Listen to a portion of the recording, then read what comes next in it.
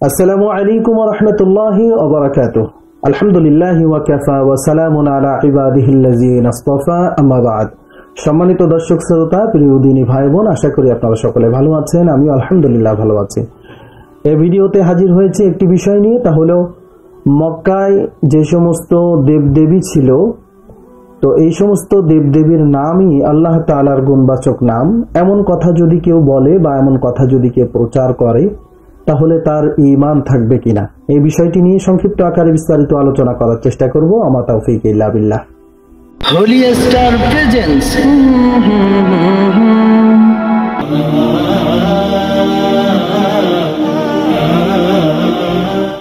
তো কোনো ব্যক্তি ঈমানদার হওয়ার জন্য যেমন আল্লাহ তাআলার উপর দৃঢ় বিশ্বাস রাখা জরুরি, ঠিক তদ্রুপ আল্লাহ তাআলার গুণবাচক নামের উপরেও দৃঢ়ভাবে বিশ্বাস রাখা জরুরি, ঈমানি বিষয়। এবং এটাও বিশ্বাস রাখা জরুরি যে আল্লাহ তাআলা যেমন অবিনশ্বর, ঠিক তদ্রুপ আল্লাহ তাআলার গুণবাচক নামও অবিনশ্বর।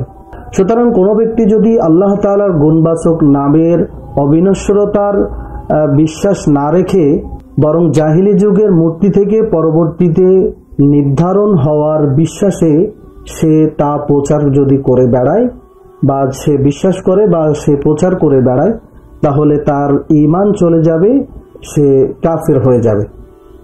তো আমাদের সকলকে এই বিষয়টা খেয়াল রাখা জরুরি যে আল্লাহ তাআলা যেমন অবিনশ্বর, ঠিক তদ্রূপ আল্লাহ তাআলার গুণবাচক নামও অবিনশ্বর। আশা করি আমরা বিষয়টি পরিষ্কারভাবে বুঝতে পেরেছি। আল্লাহ সুবহানাহু ওয়া তাআলা আমাদের সকলকে এই বিষয়টি আমল করার তৌফিক দান করুন, আমিন।